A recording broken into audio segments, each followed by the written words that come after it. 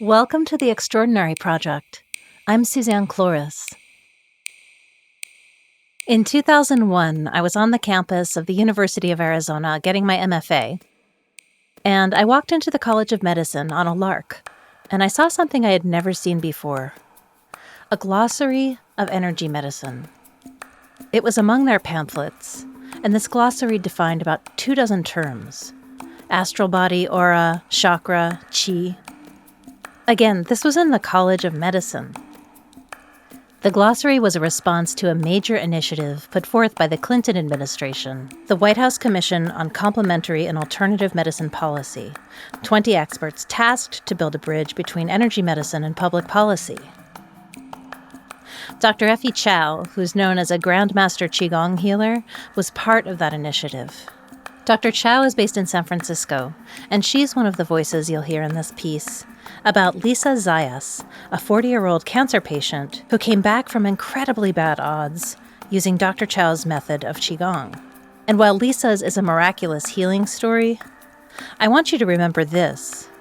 It's 20 years since that White House initiative, and words like astral body, aura, chakra, and qi are still mysterious to most people.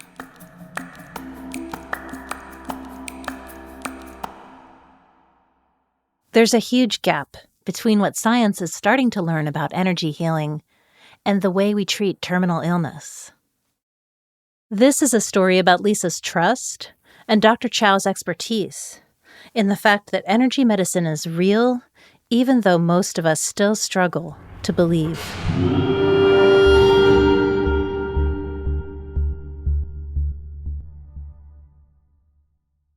Here's Lisa. I was packing to go on a trip to Cuba to see my new boyfriend. My whole family's from there, so my ancestry's from there, so that place has a lot of meaning to me, in addition to the fact that I had a boyfriend there, who is now my husband. I was trying to get a bathing suit out of a drawer. It had a bungee cord strapped to it with a buckle at the end. When I pulled it out of the drawer, the buckle smacked me in the middle of my eye and cracked my cornea in 2 places. I was rushed to the hospital by my sister, who's a doctor. As we sat there and had specialists look at my eye and try to pry it open and all that, I said to my sister, "Oh, I suppose this is a good time to tell you that I have a lump in my breast." As she said, "You have cancer," my very first thought was, I hope it's not triple negative. That's a pathology, basically. I had a very close friend who died the year before from triple negative, and then the very next words out of her mouth were, "And it's triple negative." I had a weird sense of calm come over me, and this imagination like my friend was with me, holding my hand saying, "Don't worry, this time it doesn't have to be that bad." I also knew so little about breast cancer that I was very naive. I worked for the past almost 20 years running programs in engineering at software tech companies. I would say I worked a ton. I mean, anywhere from 40 to 80 hours. Crazy fires, issues brewing everywhere. And if you drop the ball, it could mean millions of dollars for the business. It was considered an aggressive cancer because the tumor was like the size of a tennis ball. And I say that because it's embarrassing for me not to have noticed it.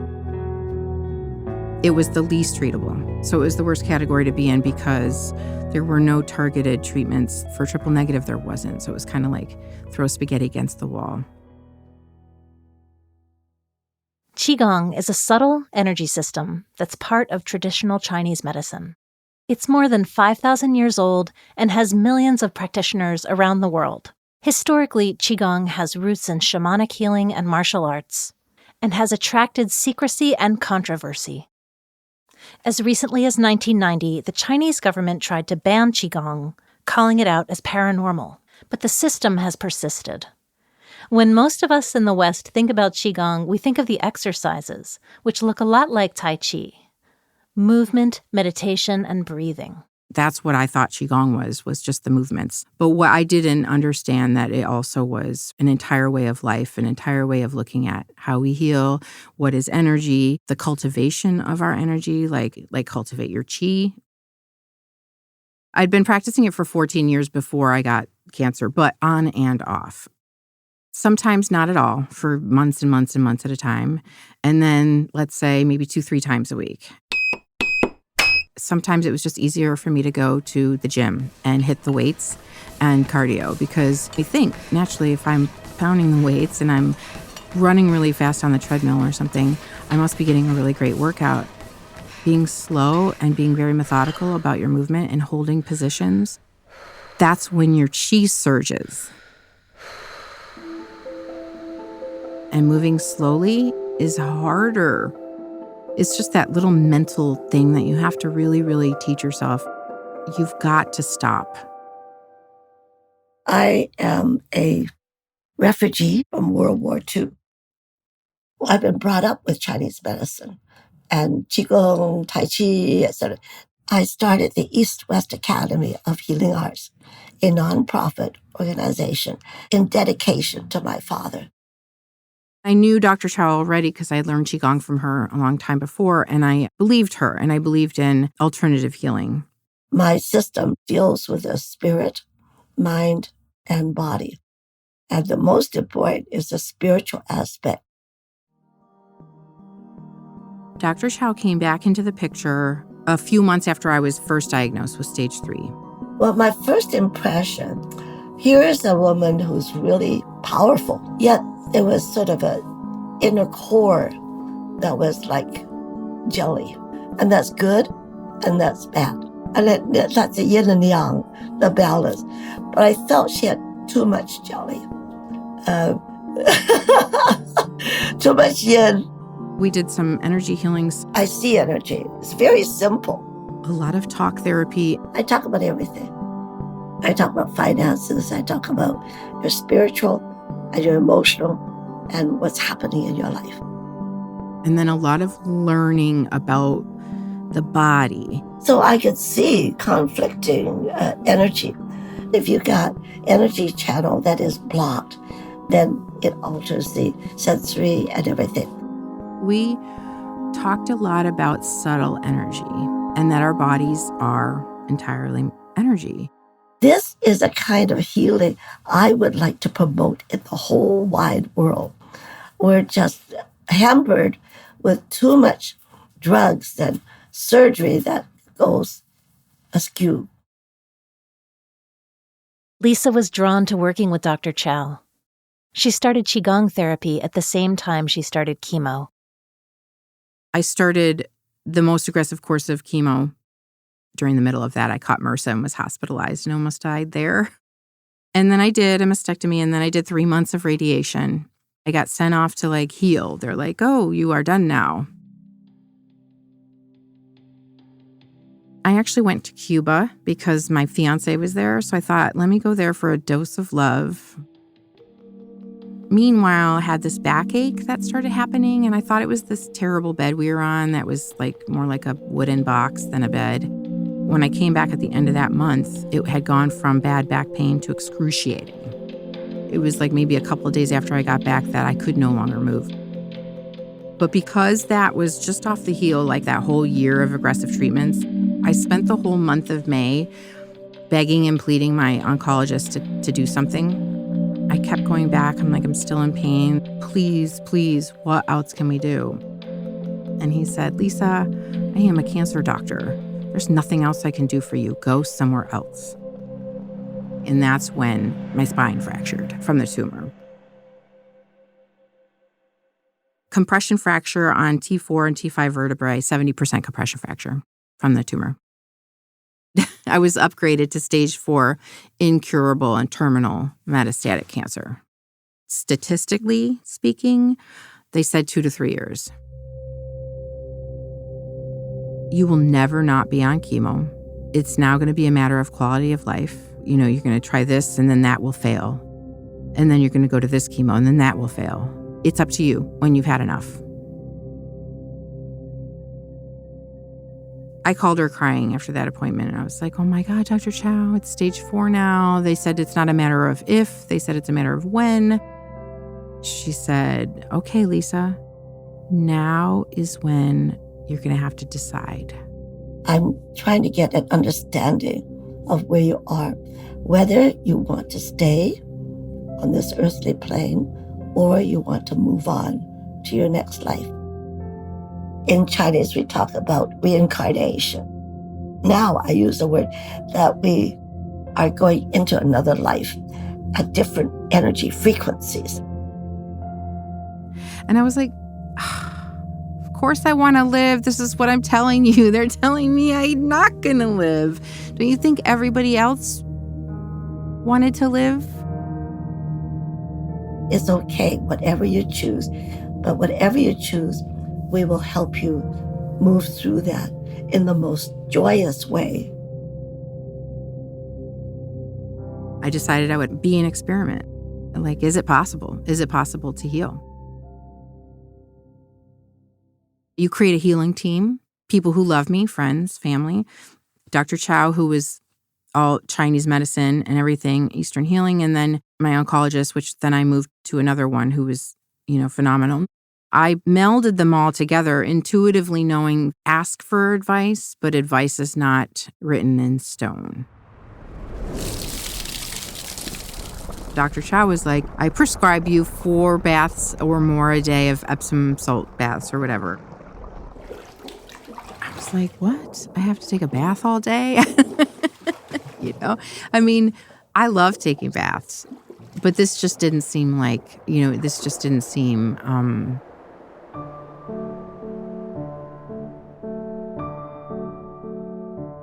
when you're in water, you're sort of suspended. There's not pressure on your bones or your fracture.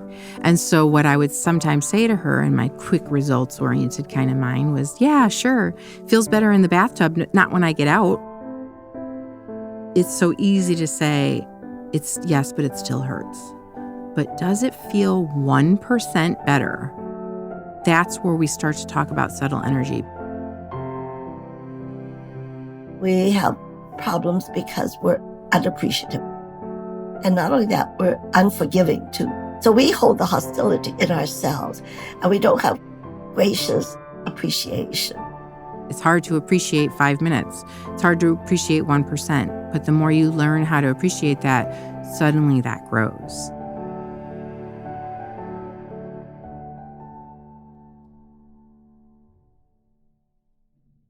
Part of Lisa's healing journey was to change how she thought about living within her own body.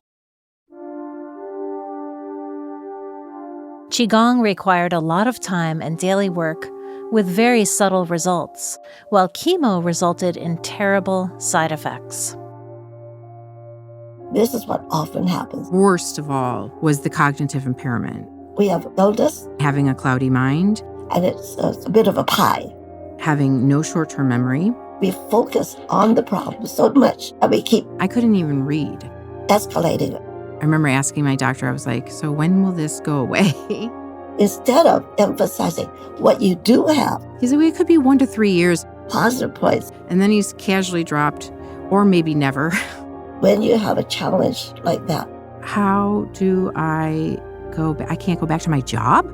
concentrate more on the QiGong and getting more centered. I broke down as a person. Sort of, who am I? What? I'm adding no value to anything right now. If you're sad, you will not heal. And if you are happy and remember the good things that happened and talk about what could be, there's much more chance to get better. You have to love yourself for being a being who eats, sleeps, and needs help. Between the side effects of chemo and the pain from the fracture, Lisa needed more help besides the biweekly treatments she was getting from QiGong and Dr. Chow. Then the doctor finally prescribes Oxy.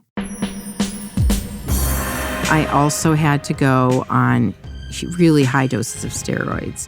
The first 3 weeks, I felt like Bionic Woman.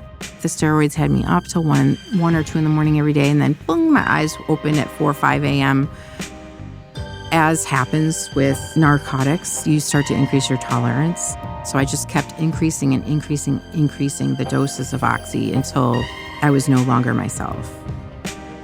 I needed to quit, and I decided to quit cold turkey. It kicked me into this massive depression. There was one and only thing I knew that was going to get me out of that hole, and that was QiGong. I did the energy that I do, the brushing and the points. I'm infusing with qi and rebalancing the energy. The finger goes to the large intestine. The lung, is in the thumb, and every finger goes into an organ. It's therapy, and I'm teaching you.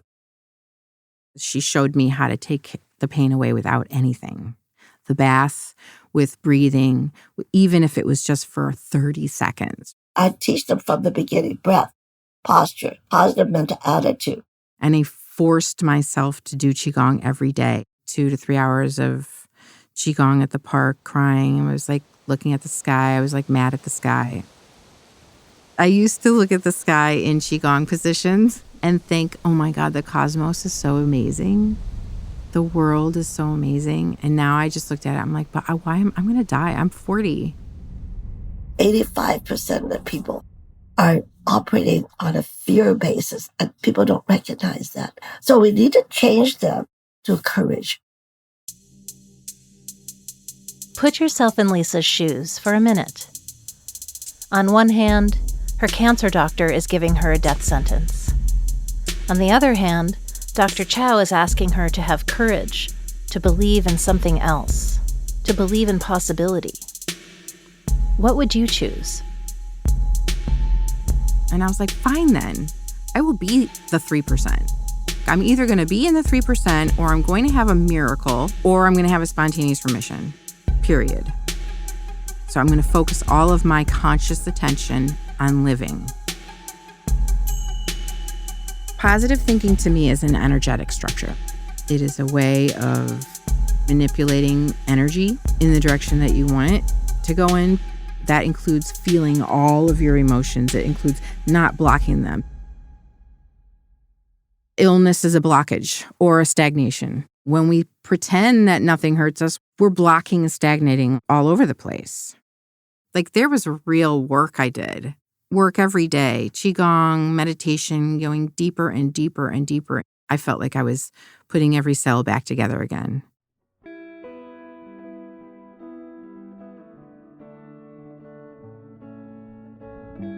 I decided I need a break from all things cancer. I'm going back to Cuba to see my fiance. Immigration had denied his visa. They said, no, we're not going to even look at your evidence. She's just going to die anyway. So now I'm going to him.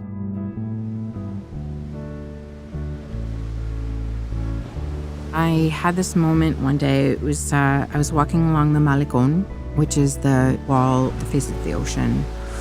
And I was remembering all the stories my parents told me, how they basically grew up at the Malecón. Like, kids hung out there. My grandparents talked about it. And I'm sure all of my ancestors before that, everybody had a life there. And I was just looking at the ocean, and I felt like so at one with them. I was like, I just felt like they were all there with me.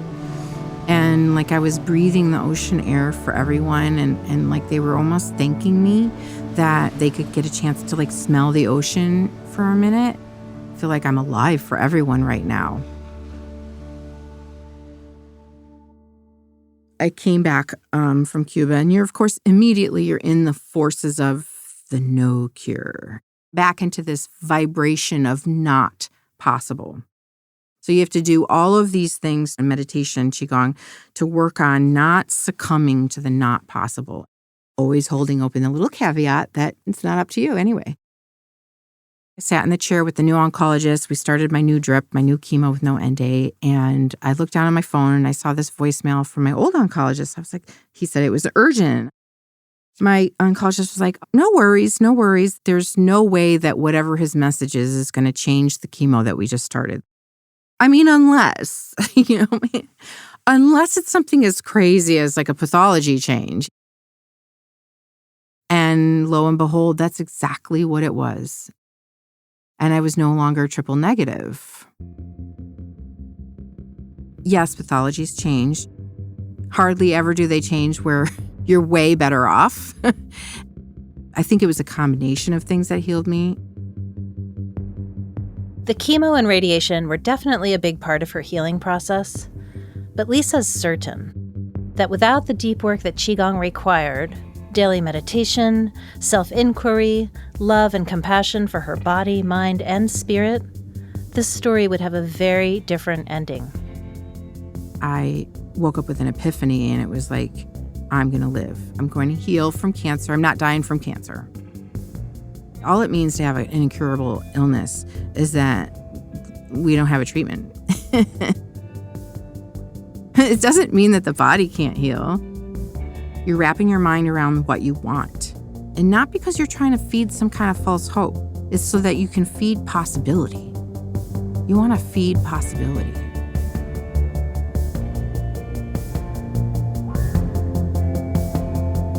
Lisa has been cancer-free for 4 years, and she'll be finished with chemo for good by the end of 2020.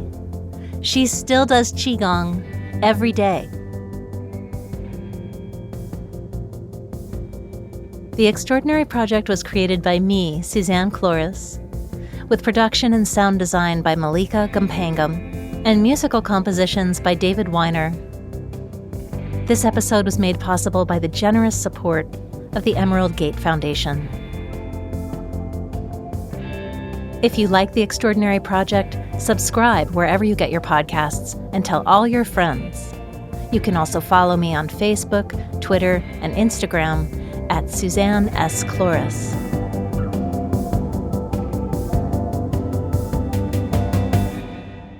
Until next time.